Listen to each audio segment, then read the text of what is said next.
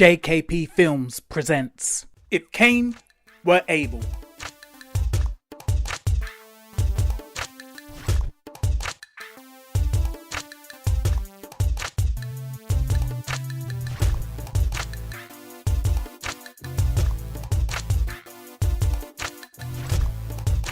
Episode 9. Get all the kids to hide in that bush.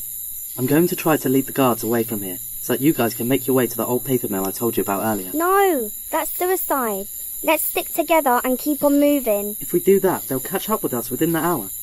Here, take this, and make your way east. 5 minutes after the guards change direction. Paul hands the gun he took from the guard he incapacitated to Roberta. No, you should take it. You might need it. Paul tries to hand the gun to her again. It's not up for discussion. Take it and go.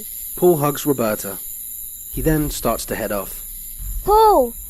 Paul turns around to face her. Make sure you come back to us. I will. Paul runs back towards the direction the guards are coming in and bears to the right. The rest of the kids hide in the bushes. Paul runs as fast as he can. After a little while, flashlights can be seen darting around a short distance in front of him. He dodges the lights whilst clinging onto his gun. He hides in a bush. One of the guards passes very close to him. Paul holds his breath and then tails behind the guards. When the guards are a few minutes away, he shoots his gun at a tree, screams and starts running in a zigzag formation to the entrance of the nature reserve. Whilst doing this, Paul makes as much noise as he can. Every so often he changes his voice and screams, "Over here, over here, over here, over here, over here." All of the guards turn around and start running in his direction. Paul runs as fast as he can whilst dodging bullets that whiz by his head. Run faster! They're gaining on us! They're gaining on us! One of the guards aims and shoots at Paul. Meanwhile, a short distance away, Paul Hope's convoy of kids make their way out of the nature reserve and sneak through the streets of London. Moments later, back inside the nature reserve, the guards gain on Paul Hope. He swerves round a tree and then runs forward. The entrance he used to enter the nature reserve earlier is a short distance ahead of him. He can see it clearly. Suddenly, one of the guards stops running, aims at Paul and shoots. The bullet flies out from the barrel of the guard's gun, speeds through the air and hits Paul in the left shoulder. Blood begins to spurt out of Paul's wound, while the impact of the shot itself throws him forward, clean off his feet. He lands face down. He doesn't move. The guards reduce the ground between them and him, whilst in excruciating pain. Paul looks at the entrance of the nature reserve, struggles to get back onto his feet and then starts staggering forward, staggering all the way to the gates. Within minutes he exits the nature reserve and runs into the road. Suddenly, a car almost knocks him over. Paul sees the car approaching at a fast pace, but he's far too tired, far too knackered to just jump out of the way. He freezes still. Can't get a break. But the car screeches to a stop inches in front of him. Lucky break after all. Paul looks into the driver's seat. And who does he see? Roberta Marquez. Get in! Paul runs to the passenger door, opens it, jumps into the car and shuts the door behind him. As soon as he's done this, Roberta speeds off.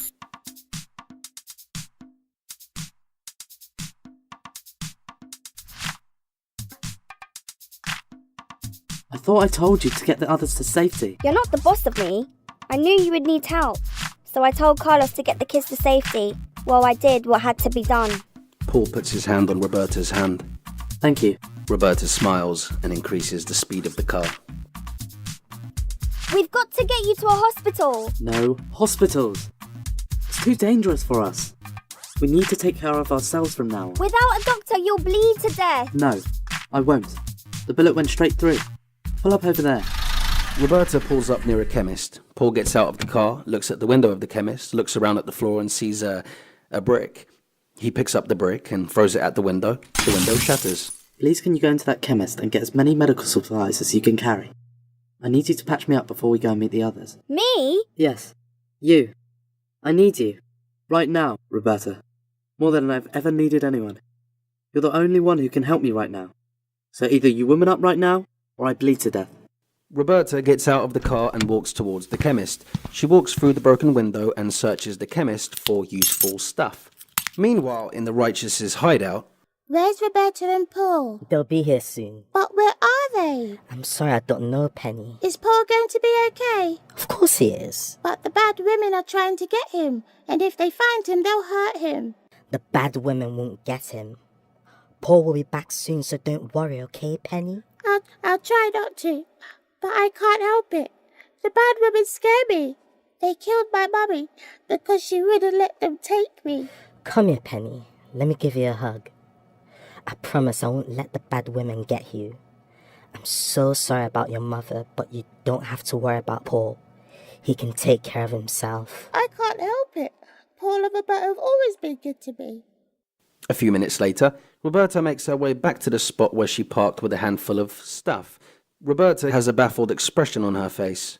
The car she parked is nowhere to be seen. Instead, Paul Hope is sitting in the passenger seat of a different car. What was wrong with the other car? The guards saw us in it, which means they're probably looking for it at the moment. So I ditched it and got this one. Roberta gets into the driver's seat, Googles how to patch up a wound, and then sterilizes and patches up Paul's wound. She then hotwires the car and drives off. After an hour's drive, they arrive at the abandoned warehouse where they arrange to meet the other children from their group. Paul has a white vest on, and he has an adhesive dressing on his wound. The dressing has blood on it. Roberta and Paul carefully survey the area, then they cautiously make their way into the warehouse where Carlos and the other kids are waiting. The children inside the warehouse are listening to a radio. They collectively let out a sigh of relief when they see Paul and Roberta. Music starts to play on the radio.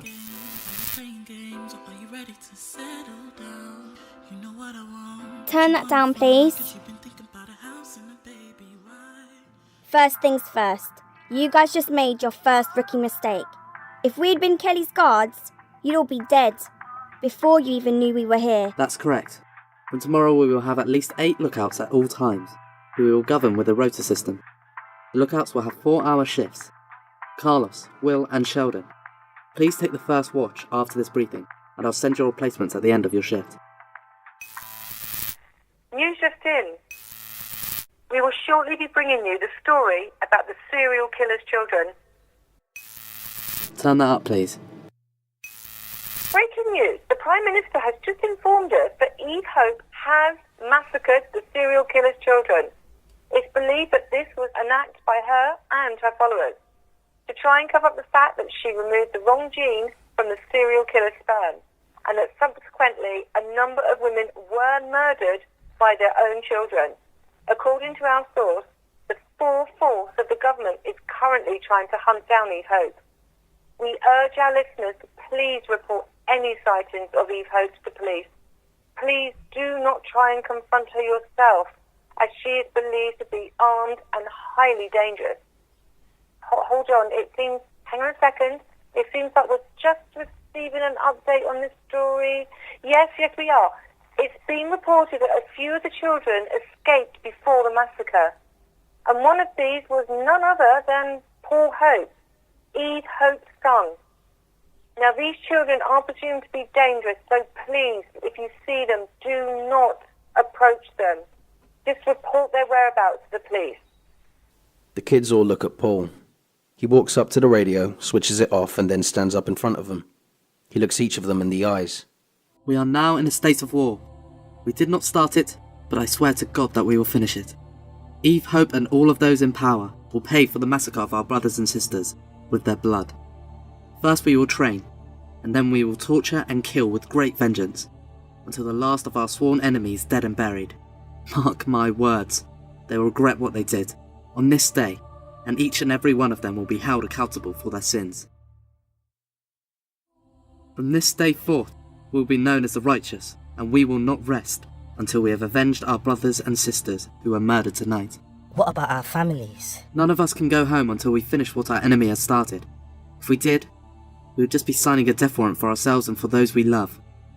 I will not try to stop anyone from leaving, but I must make it clear right now that if you turn your back on us, now, in this time of need, then from this day forward, we will turn our backs on you.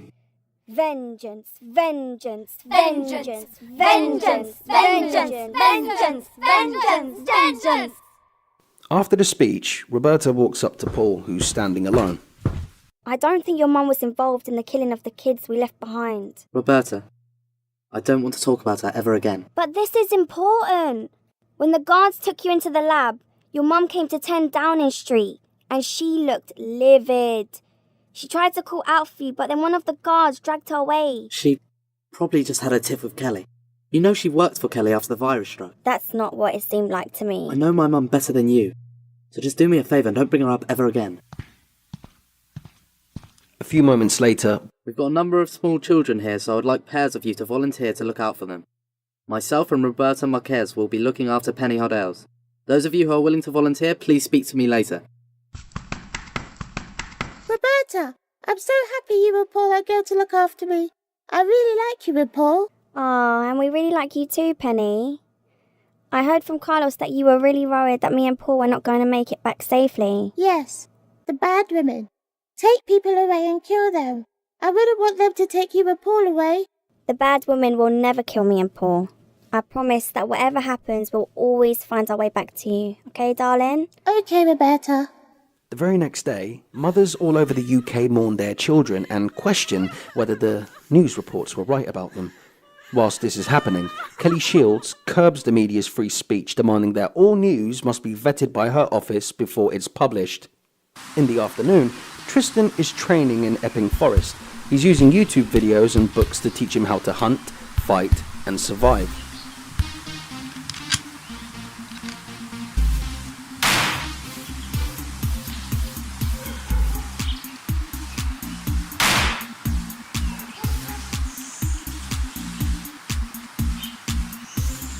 Meanwhile, in a flat in Barking, Eve is pacing up and down. Every so often, she looks at the clock and then she looks at the door.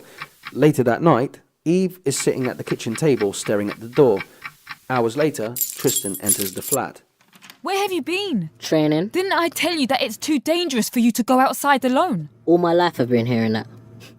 But now more than ever, I need to learn how to take care of myself. No, it's my job to take care of you. I'm not a baby. I'm not made out of glass.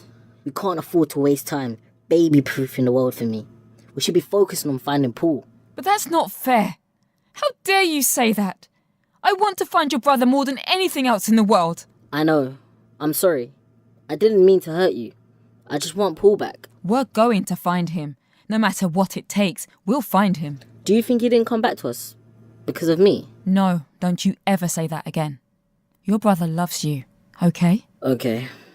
How's your invention coming along? I heard you tinkering around with that stuff all last night. I finally succeeded in making the holographic computer work. But that's great. Show me. Tristan pushes a button on his watch. A hologram of a computer screen appears in mid-air. I managed to hack into different government satellites, and I'm using them to try to find Paul. That's a brilliant idea. Tristan begins flicking through various satellite pictures for his mother to see. They search for Paul all night. The next day, Commissioner Lisa Rayner is going through all of the files of the mothers who were murdered since the Titan virus hit. Come in.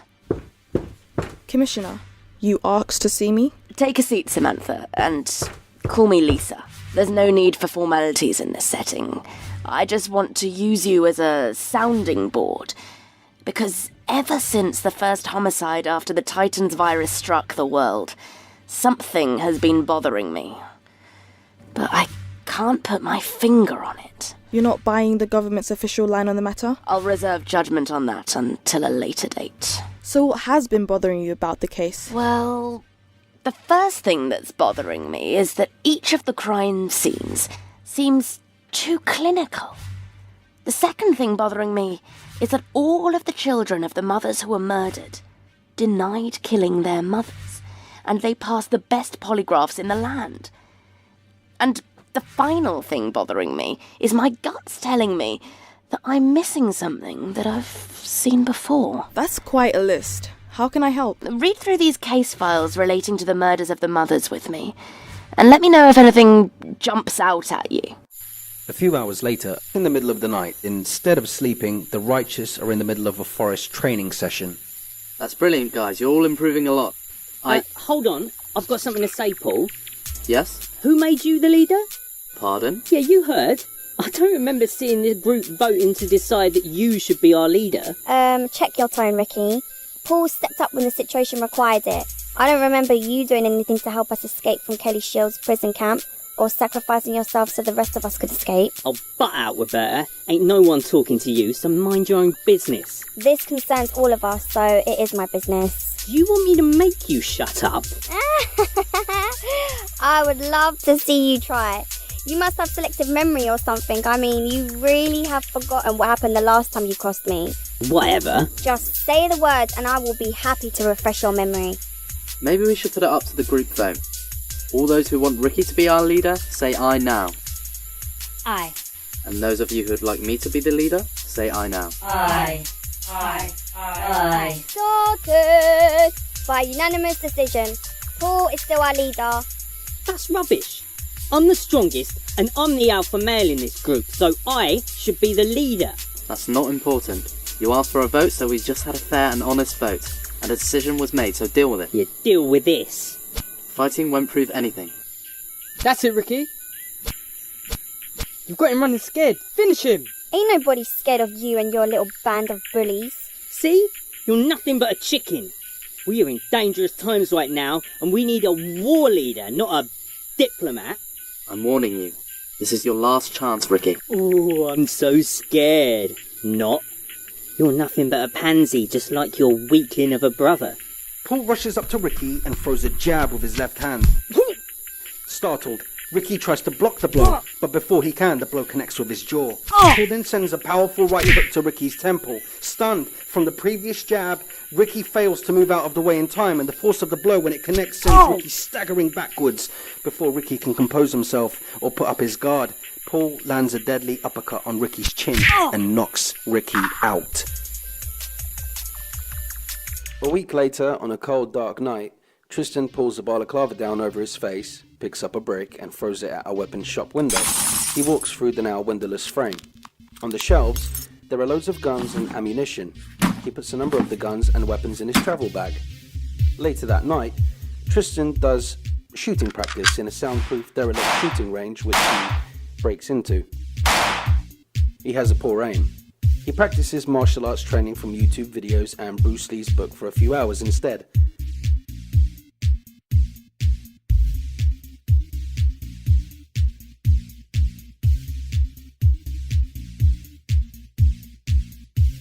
The next week at Shepherd's Bush Police Station. DCI Samantha Day, thank you for agreeing to see me. What can you tell me about the Helena Clarke case? Not much, I'm afraid, except it was a very strange case. Mysteriously, there was no sign of forced entry. None of the neighbours saw anything, and a 3-year-old child was found in the house by herself after Helena disappeared. Were there any clues to suggest that Helena went on a trip and just abandoned her daughter? No, we didn't find any receipts for any purchases of tickets for travel, and her bank accounts and credit cards haven't been touched since she disappeared. Have there been any new clues in the case since you started your investigation? No.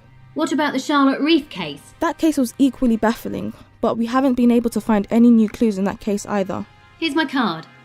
Can you keep me updated if there are any new leads in either of these cases? Will do. Thank you. Hope to hear from you soon. Goodbye.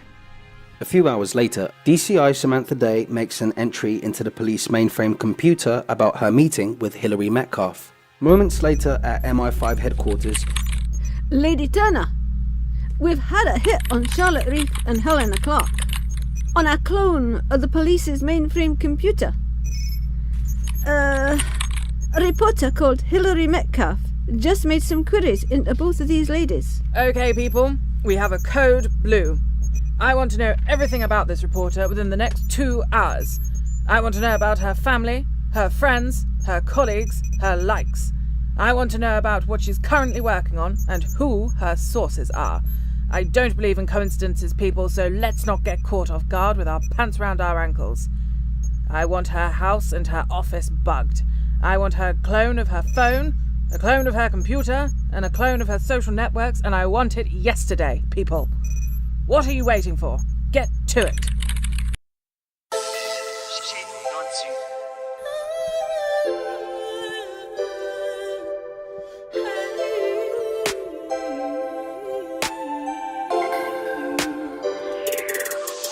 A dream is born, brewing inside of us. A dawn has come. Specks turn to stardust. Too much to learn, so little time to see. To yourselves, this is your odyssey. Let the fire burn, consume all my enemies. When the smoke clears from our sight, let the quiet calm our hearts.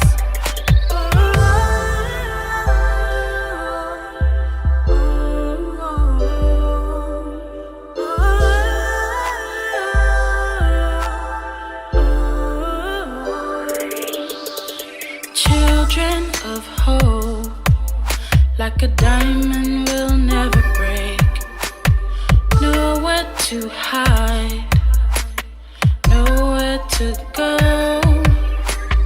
Is this the end of our way? Save yourselves, death will not be your fate. Let the fire burn, consume all my enemies. When the smoke clears from our sight, let the quiet calm our hearts.